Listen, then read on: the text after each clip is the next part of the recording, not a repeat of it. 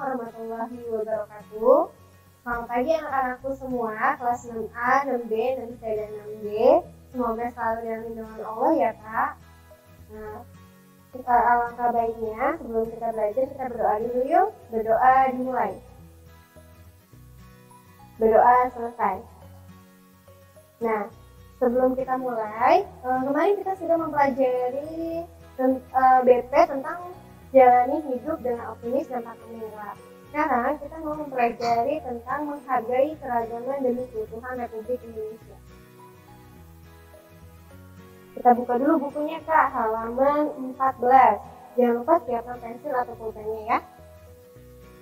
Setelah dibuka halaman 14, kita akan mempelajari tentang keanekaragaman di Indonesia. Nah, kalian tahu nggak apa arti dari keanekaragaman? Keanekaragaman berasal dari dua kata, yaitu aneka dan ragam. Aneka artinya banyak, ragam artinya adalah macam-macam. Jadi, aneka ragam yaitu banyak atau macam-macam perbedaan yang ada di Indonesia. Nah, sekarang Miss mau tanya, tahukah kamu mengapa Indonesia termasuk negara multikultur?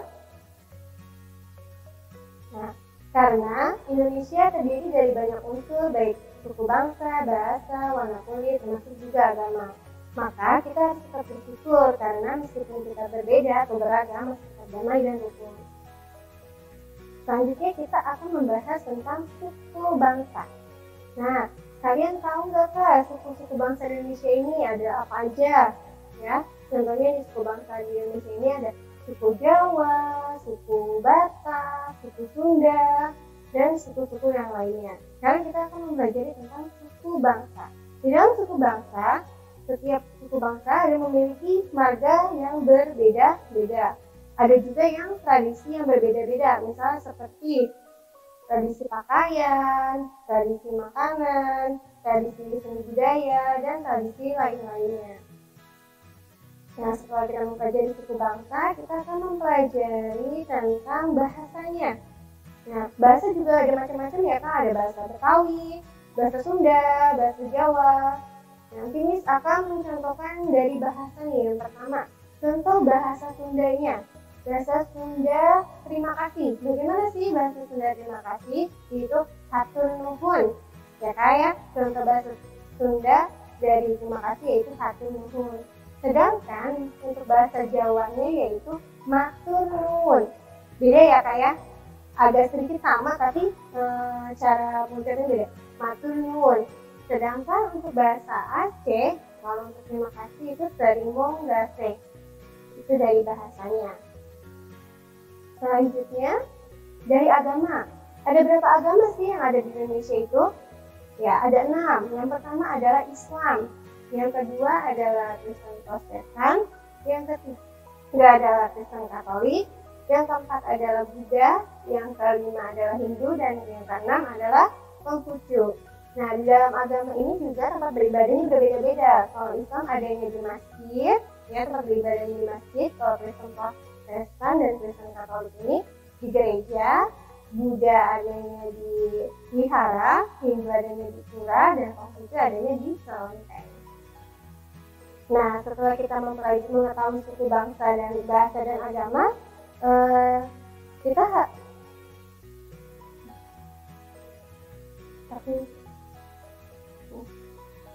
setelah kita mengetahui bahwa di Indonesia terdapat keanekaragaman, sebagaimana diuraikan sebelumnya, maka diperlukan adanya prinsip-prinsip yang harus dipahami oleh semua warga negara Indonesia sebagai modal untuk bersosialisasi atau bergaul di dalam kehidupan masyarakat.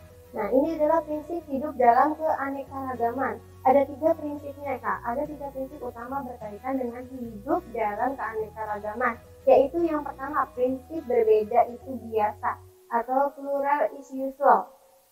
Ya, artinya bahwa kemajuan adalah hal yang lumrah dan tidak perlu diperdebatkan atau dipertentangkan. Maksudnya di sini bahwa Indonesia memang berbeda-beda dari suku bangsa, agama, atau unsur yang lainnya. Jadi kita tidak ada alasan untuk saling bermusuhan hanya karena kita berbeda.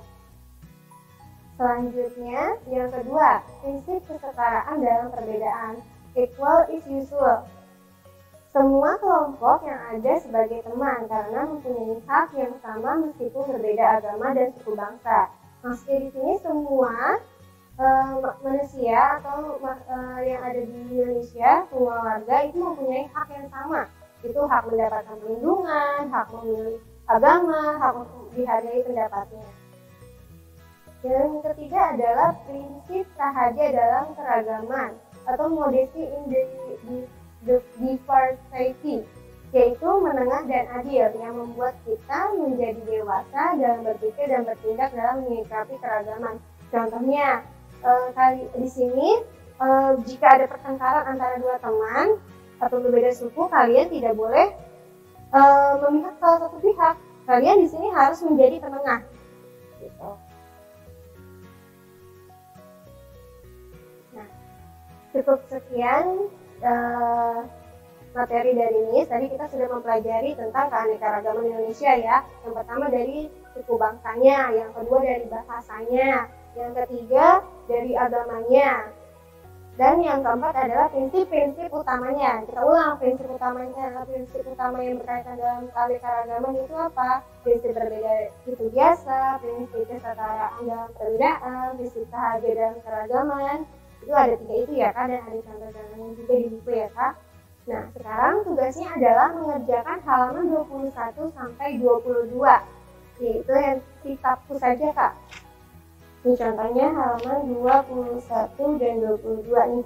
Yang bawahnya ya Kak ya, halaman 21 sampai 22. Yang ini hanya di checklist saja. Misalnya contohnya, saya memandang perbedaan itu biasa, selalu, kadang, atau tidak pernah. Kalau misalnya selalu, kalian checklist selalu. Kalau kadang-kadang kalian checklist kadang-kadang. Kalau tidak pernah, kalian checklist tidak pernah. Cukup sekian dari Miss. Jika ada yang kurang paham, boleh ditanyakan lagi ke gurunya masing-masing. Boleh WA. Tetap jaga kesehatan, tetap semangat di rumah. Assalamualaikum warahmatullahi wabarakatuh.